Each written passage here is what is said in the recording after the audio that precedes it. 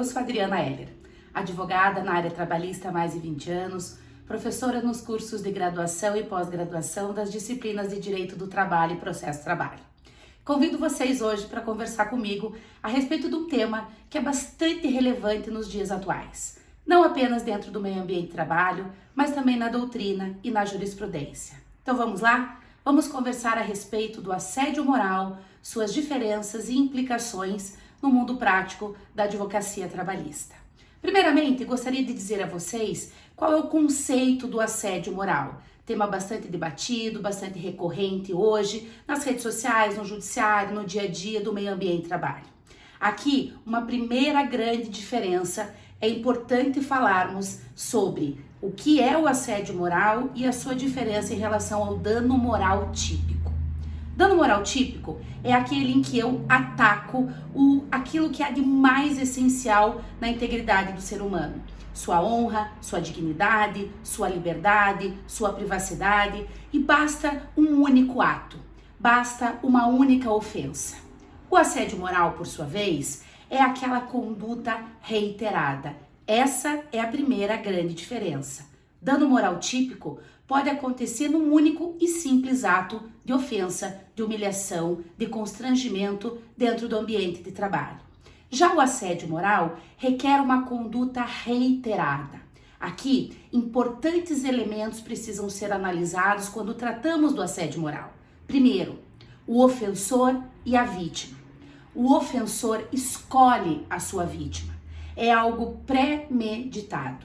O ofensor tem a intenção de causar um mal à sua vítima. Aqui eu preciso que a conduta aconteça várias vezes no tempo, condutas sucessivas. É possível muitas vezes que o ofensor não se dirija à sua vítima com um palavrão, com uma palavra ofensiva, com uma palavra humilhante. Muitas vezes o assédio moral, ele acontece quando o ofensor pratica condutas no ambiente de trabalho justamente para atingir a autoestima e a segurança da vítima.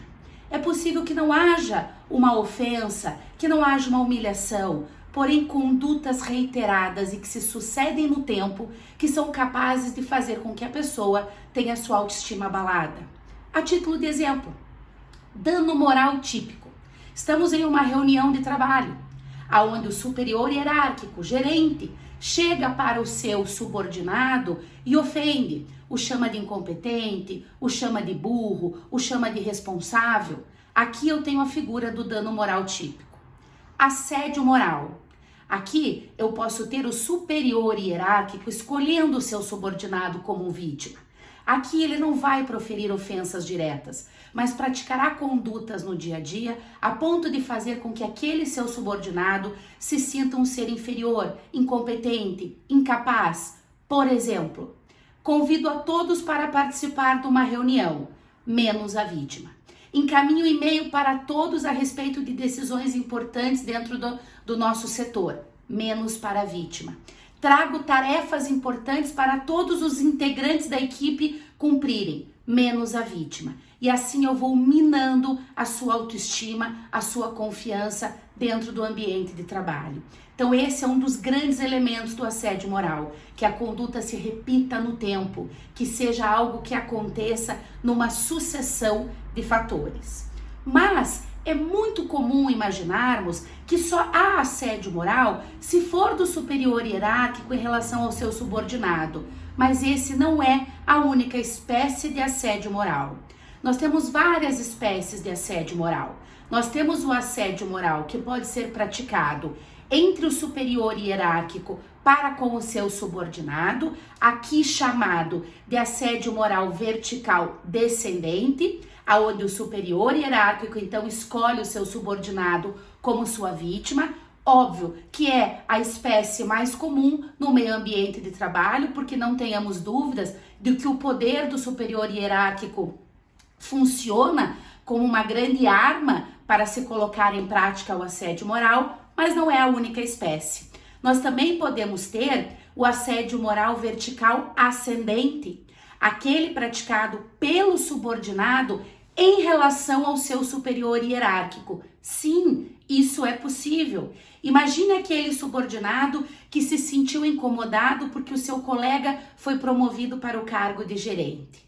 E naquele sentimento de egoísmo, de não querer que seu colega se sobreponha no ambiente de trabalho, começa a minar, a boicotar as atividades daquele que se tornou gerente, justamente para mexer com a sua autoestima, para que a pessoa pense que talvez ela não tenha condições de desempenhar aquele cargo. Esse é o exemplo do assédio moral vertical ascendente, praticado entre o subordinado em relação ao seu superior hierárquico. Mas nós também temos o assédio moral horizontal, que é o assédio moral praticado entre colegas de trabalho que estejam dentro da empresa na mesma posição hierárquica. Um não é subordinado em relação ao outro, estão na mesma posição hierárquica. E colegas de trabalho que vão praticando essas condutas no dia a dia, justamente para tentar atingir o colega que está do lado, com pequenas brincadeiras. Então vamos imaginar, por exemplo, que eu tenho um colega com quem eu tenho uma certa implicância, com quem eu não tenho um bom relacionamento, vejo ele como um concorrente, alguém que possa me prejudicar no crescimento e no meu desenvolvimento aqui dentro da empresa, e essa pessoa, por exemplo, ela sofre de sobrepeso. Todos os dias, quando vamos para o refeitório, junto com os colegas de trabalho, começo a fazer piadas de mau gosto, utilizando da questão física do meu colega para justamente minar a sua autoestima e a sua confiança. Observe, eu não o ofendi, eu não o humilhei diretamente. Fiz brincadeiras. Nossa, hoje o seu prato tá grande, hein? Nossa, quase não vejo você atrás de tanta comida nesse prato. Pequenas brincadeiras. Lembrem-se, o ofensor escolheu a vítima. Ele escolheu atingi-la e utiliza, por exemplo, de uma questão na sua compleição física como um elemento para tentar minar a sua autoestima e a sua confiança. Então, recapitulando, podemos ter o assédio moral vertical ascendente a ser praticado entre o subordinado em relação ao seu superior hierárquico, o assédio moral vertical descendente, praticado pelo superior hierárquico em relação ao seu subordinado, e o assédio moral vertical. E também temos a figura do assédio moral coletivo. Aqui nós temos condutas praticadas dentro do meio ambiente de trabalho em relação à empresa, em relação a um comando, para com uma equipe, para com um determinado grupo, ou por que não, em relação a todos os empregados de uma empresa. Então são condutas opressoras, são condutas impositivas que fazem com que aqueles empregados constantemente se sintam ameaçados de perder seus empregos, de serem demitidos, de serem desligados. Então são condutas praticadas para um coletivo, para um todo, um grupo de empregados e que também servem para atingir a sua autoconfiança a ponto de afetar diretamente o desempenho dessa equipe dentro do ambiente de trabalho.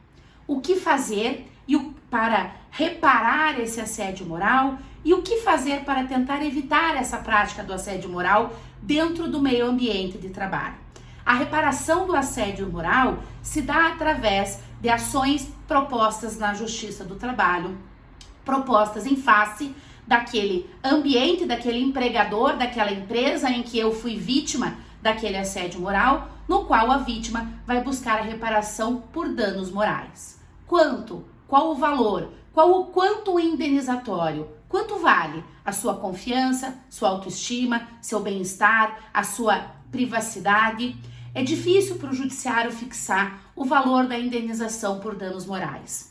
Com a reforma trabalhista, nós tivemos a inserção dentro da CLT de um dispositivo trazendo critérios que fossem matemáticos e objetivos para se fixar a indenização por danos morais. Artigo esse que encontra no judiciário grande resistência, inclusive objeto de ação direta de inconstitucionalidade junto ao STF. Então, o artigo que na prática acaba não sendo utilizado pela grande maioria do judiciário. Porém, a própria CLT também me traz critérios para analisar em relação ao valor, critérios aqui que dizem respeito ao poder econômico do ofensor, ao poder econômico da vítima, se aquela conduta foi reiterada, se aquele empregador, por exemplo, tem um histórico já na Justiça do Trabalho em relação a demandas envolvendo assédio moral, verificar a capacidade econômica, principalmente do ofensor e da vítima, porque a reparação por danos morais não visa o enriquecimento da vítima. Não é esse o objetivo.